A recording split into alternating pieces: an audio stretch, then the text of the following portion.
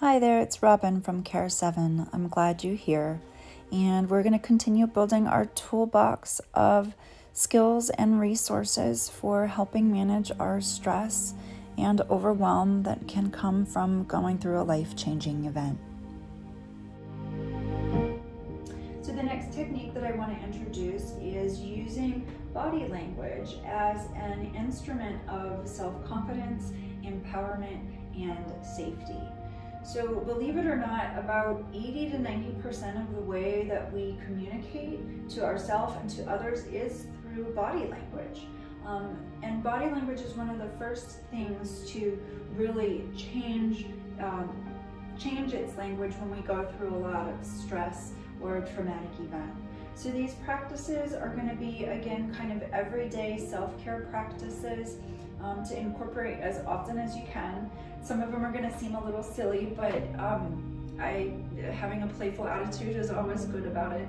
But there are ways that are going to help us feel more aware of what our space is and taking more sense of power and ownership in occupying our space and occupying our boundary.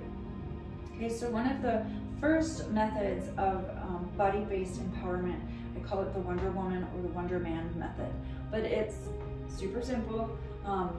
Taking the feet nice and wide, taking the hands to the hips, standing nice and tall, taking a couple deep breaths in and deep breaths out. And you might notice that if it's been a long time since your body language has been big, that this is challenging. You might notice that your body wants to kind of go right back into a little bit more protective of a state. Totally normal. So we want to be mindful that we're not forcing, we're not doing this in a way that's making us feel uncomfortable. Second variation would be to keep the arms there and extend the hands out in front.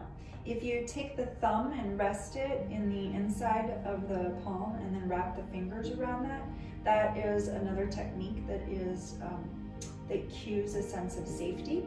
So you can take the thumb to the inside of the hand and you can, again, kind of occupy your space. And doing some deep breathing.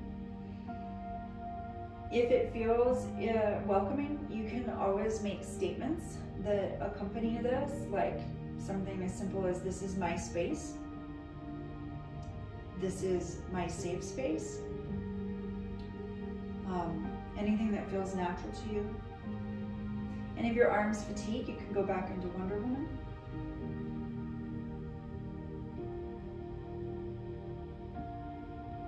And then releasing.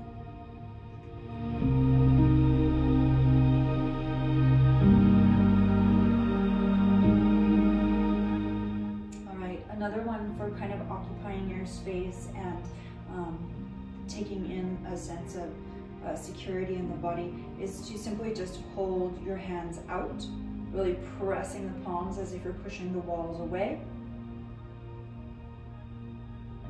A couple deep breaths. And you can hold for as long or as little as you wish, moving the hands forward, pushing away, noticing your space. And what can be helpful sometimes here is working with the breath, taking an inhale as you're pushing away, and then exhale, drop the arms. Inhale, lift the arms, push away.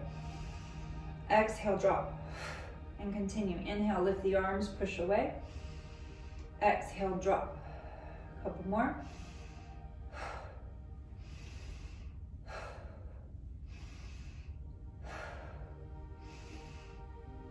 If you want to do that on the outside, you can as well.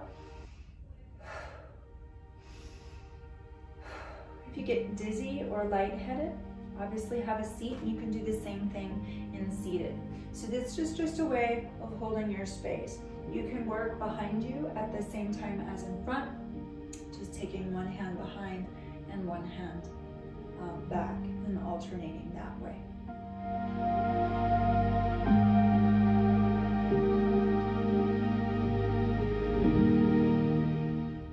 So working on our basic everyday posture is a very therapeutic and helpful way for bringing a sense of grounding and self-assuredness in our body.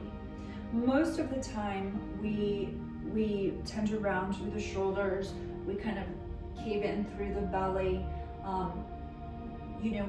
We go inward, and certainly after a very stressful event, our body language typically gets a little bit smaller. And so as we're slowly trying to come back into our self, and as we're trying to heal, we want to slowly encourage the body to be a little bit open again. And this, of course, can be very scary, and that's why some of the protective measures that I demonstrate prior are really wonderful complements to this as well. But just in the comfort of your own home, maybe in the morning, you can work on just basic opening and grounding posture. And this is going to be, again, feet hip distance apart, really anchoring through the four corners. Put a little bend in the knees, the legs don't have to be straight. Kind of pull up and in through the belly, lift through the heart a little, broaden through the shoulders. Palms forward to help soften or open the shoulders a little bit more. And then the base of the skull, we want to be over the base of the tailbone as much as we can. And a lot of times when we are very, very stressed, the chin either comes in and the head rounds a lot, or if we're stuck in fight, flight, freeze, our chin is often kind of out a lot and the shoulders down. And what that does is it actually puts a tremendous amount of pressure in the neck and in a lot of the nerves that help us calm down. So when we can lengthen and open that part of the neck and take that pressure off of those nerves, we're taking the pressure literally off of the part of the brain that's freaking out, that's feeling a state of threat. So just opening the body in itself is going to initiate a calming response. Okay, so just standing nice and tall, and then finding that belly breath that we talked about before. And again, even if you stand tall or you do some of those empowerment postures for 30 seconds, that's going to start training the mind-body map about new and improved behavior and technique for self. So you don't have to do it for 10 minutes, but just little drops, little nourishing drops, and attention to these subtle body cues is going to be very, very beneficial over time.